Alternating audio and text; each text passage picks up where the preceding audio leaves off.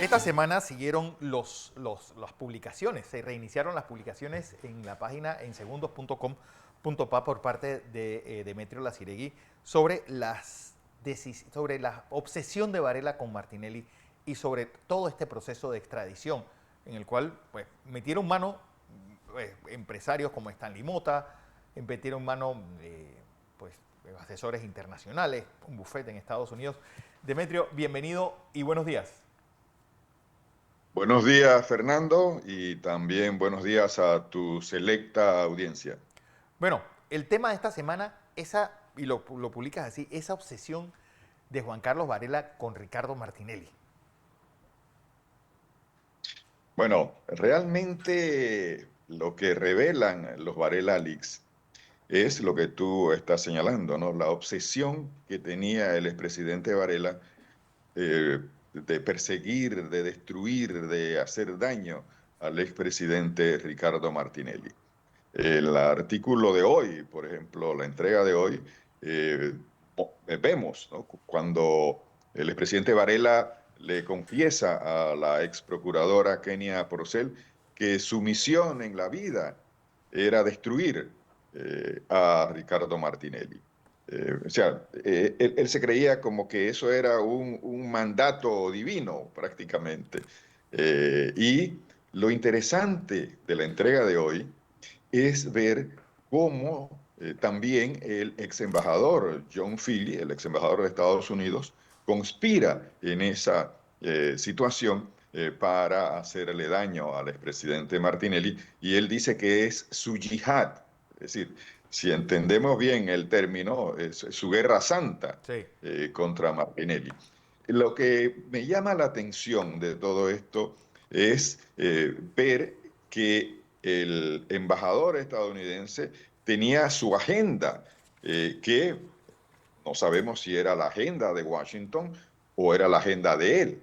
Entonces, ¿hasta dónde puede un embajador estadounidense en Panamá echar a andar su propia agenda o seguir la instrucción de la agenda que le marca Washington? Es decir, ahí hay una situación muy interesante porque no sabemos si esa era la agenda de Washington o Claro. era la propia agenda del embajador estadounidense. Hay algo que me llama la atención y es cuando él manda, le dicen, acabamos de hacer una encuesta y resulta que a pesar de toda la persecución, Ricardo Martinelli es la figura más popular del país. Le sacaba 17 puntos y encima de eso el gabinete fracasaba casi en pleno en la opinión pública. Sí, esa parte es muy interesante. El expresidente Martín Varela rechaza la encuesta.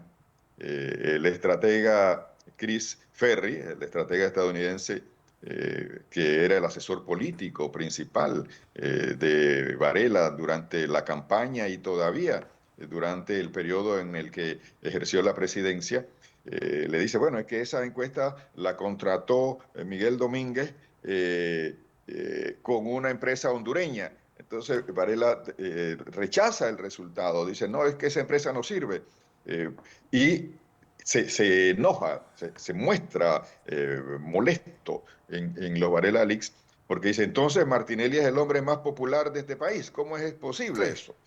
Entonces, como diciendo, pese a todo el esfuerzo que yo he hecho para obtener popularidad, no llego siquiera a marcar lo que marca el expresidente Martinelli. Sí, es una situación complicada para él, frustrante en ese momento, pero también, Fernando, y eso lo hemos señalado en otras ocasiones, vemos que Varela mantiene una ofensiva permanente para hacer daño al expresidente Martinelli, es decir, buscando situaciones, inventando escenarios, creando condiciones para permanentemente estar sobre esa acción ofensiva contra el expresidente Martinelli. Bueno, Demetrio, nos acompaña hoy el abogado Basilio González, porque lo he tenido también semana a semana, porque dentro de estos Varela Leaks hay un montón de hechos punibles. Basilio, bienvenido y feliz año a ti también, que dejan a uno estupefacto de cómo se pudo violar la ley de forma tan impune y que pues durante 5 años el Ministerio Público de Panamá no hizo absolutamente nada. Pues, se creó una procuraduría paralela, no hicieron nada. Esto de los Varela Leaks en otros países, en cualquier país del mundo hubiera sido un gran escándalo, menos aquí. Basilio, bienvenido también a ti. Buenos días. Buenos días a tu querido teleaudiencia, al periodista Carlos Oraciregui. Demetrio Oraciregui. A ustedes pues por la oportunidad que siempre se nos brinda de dar nuestra opinión, que no es más que una opinión jurídica como abogado conocedor del derecho. Yo he visto las entregas que usted ha realizado, señor periodista, entregas que tienen mucha gallardía, ha invertido mucho de su tiempo, porque la verdad, como usted dijo en algunas ocasiones, Varela se la pasaba más chateando que en la presidencia de la República, dirigiendo el país. Pero a mi juicio esto es un poco más grave. Internamente lo que usted ha descubierto ha sido importantísimo. Importantísimo, pero en el caso que nos ocupa, en el caso del convenio de la Ley 75 de 1904, que es la ley que firmó Panamá con Estados Unidos, no un presidente con otro, sino Panamá con los Estados Unidos de Norteamérica, como país, nosotros tenemos que respetar, porque ¿qué estamos diciéndole nosotros a los Estados Unidos de Norteamérica? Oye, mándame a esta persona en extradición, que yo solamente lo voy a juzgar por un delito. En ese caso eran los delitos de pinchazo. Pero después a nosotros nos sabe a qué y no nos interesa lo que ha pasado con el ciudadano Ricardo Martinelli y no le vamos a poner ni siquiera nombre de Ricardo Martinelli, sino que este señor que ha sido pedido en extradición, que se ha visto todo lo que ha sucedido en esos Varela Leaks, se ha traído a Panamá, pero no se ha respetado ese convenio internacional porque se le ha dicho a los Estados Unidos, mira, tú me lo mandaste, yo te engañé para que me lo enviaras por un delito y yo lo he juzgado por 4 y 5 delitos y lo voy a seguir juzgando porque a mí me da la gana en Panamá. ¿Anteriormente se había dado un caso así a esta magnitud? Nunca se había dado el caso porque, mira, el artículo 4 de la Constitución habla de lo que es los tratados que Panamá firma. El artículo 17, en el segundo párrafo, habla de la convencionalidad. Nosotros como convencionales, como personas que firman las convenciones, tenemos que respetar lo que nosotros pactamos en esas convenciones. Pero yo me imagínense ustedes Juan Carlos Varela Rodríguez, un tipo enfermo, un tipo que quiere ser superior a otra persona. Y con el poder de ser presidente, ¿no? Un poder de ser presidente en ese momento, pero una persona enferma, una persona con una autoestima en el piso. Sí. Pero si esa persona se atrevió a romper relaciones con Taiwán y unirse a China, ¿qué le interesa a él un convenio de extradición con Estados Unidos? No le interesa. Pero aquí el problema no es solamente interno, que es un problema interno que debe ser investigado. Pero el problema más grande que nosotros tenemos es que no estamos respetando las leyes internacionales. Sí. Porque nosotros firmamos un convenio internacional que no lo estamos respetando, porque aquí se ha dado el reconocimiento. En el 2018 la juez Valoisa Marquine se pronunció que él tenía el principio de especialidad. El propio Mejía. El propio Mejía, al momento de imputar, le dijo que no había que imputar porque él había venido aquí solamente por un solo caso. Entonces, cuando nosotros vemos estas cosas, nosotros nos preguntamos qué se está respetando del derecho internacional. Y el mensaje que enviamos, ¿no? El mensaje que enviamos es un mensaje escueto. Demetrio. Sí, hay un tema ahí interesante no sé si esta semana, no creo, no lo toqué esta semana, pero en semanas anteriores, el expresidente Varela manda a Miguel Fanovich, en ese momento diputado de Molirena, creo que a Miami, a conversar con el expresidente Martinelli cuando estaba detenido y estaba todo ese proceso de extradición andando. Y él regresa con el mensaje a Varela, aparece en los Varela Leaks y le dice, presidente, he conversado con el expresidente Martinelli y el acuerdo, él acepta regresar a Panamá bajo el principio de especialidad únicamente bajo el principio de especialidad. Lo señala en el Varela Leaks, en el mensaje de Fanovich al expresidente Varela. O sea, había un acuerdo negociado directamente con el expresidente Martinelli y entendido así también por las autoridades estadounidenses. Entonces, hay suficientes elementos, como está señalando el abogado, para defender el principio de especialidad. Pero hay algo es decir, lo que tú explicas y expones es que él, la única fuerza que usó del gobierno fue para perseguir, es decir, no le importó que la economía se estaba yendo al traste, que la educación estaba por el piso, es decir, y tú ves que él llamaba a la procuradora, es decir, 100 chats en una hora. Sí. Mira, Sí, disculpa que te interrumpa. sí. Cuando tú lees la ley 75 Sí. y tú te vas al numeral octavo de esa ley, dice que todo se hará vía diplomática. La vía diplomática no puede ser una llamada de Kenia Porcel. Personalizada, sí. No puede ser que enviaste a un diputado a ver si hacía una camarería con la persona que está Esto es haciendo normal, ¿qué era lo correcto? Que me enviara un Lo correcto era utilizar la vía diplomática. La vía diplomática de un país es la Cancillería de la República. No sabía Por que los allí diputados se entra prestaban y por para ahí este tipo de salen situaciones. las relaciones que nosotros tengamos con los países. Sí. Si eso no sucedió, eso no existe. Cuando aquí en Panamá el juez Torres concede la extradición del señor Martinelli a Panamá, que nuevamente te repito, no interesa el apellido, no interesa la persona, lo que interesa es el respeto a la ley.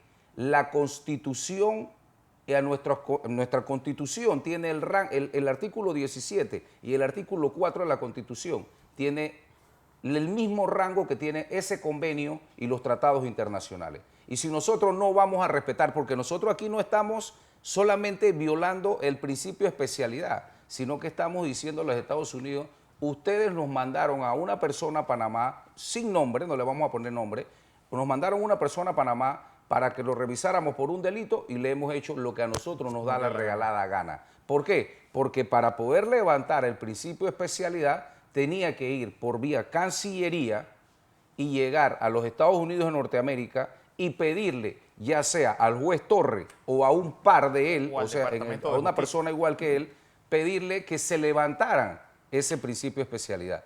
Pero es que ese principio de especialidad no existe porque es antojadizo, no es porque Juan Carlos Varela y Kenia Porcel deciden cuándo o no se levanta.